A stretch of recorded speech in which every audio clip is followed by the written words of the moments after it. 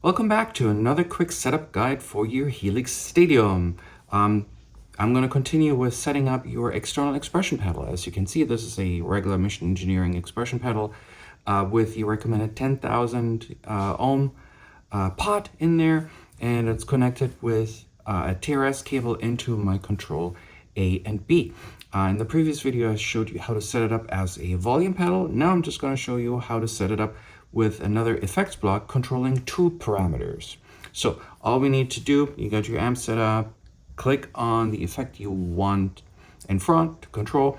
I like my feedback and mix to be controlled by my external expression pedal. As before, all you need to do is select the parameter, hit Learn Controller, and of course, move your controller. As you can see now, I control the feedback. We'll do the same thing with my mix setting.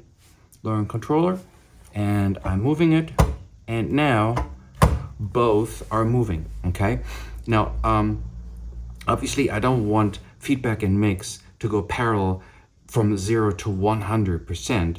I want to limit the range. So to do that, all you really have to do is click on the parameter, set your minimum and maximum range. Let's say for feedback, I'm gonna go for subtle to pretty long, and then for mix, I don't really like it that wet a lot of times. So yeah, let's say I want it to be like more dramatic at the end of a solo or anything like this. So now I set it up like this.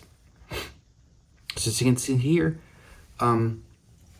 here's my base value, and here's my max value, and they are going along just splendidly. So, and it sounds like this, obviously, right? So let me go back out. And oh, of course helps if I switch this on. There you go.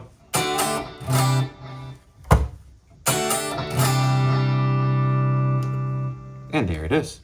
There you have it. Super easy to do. There will be more videos of this type of nature, so keep on checking back. Thank you for watching. Bye-bye.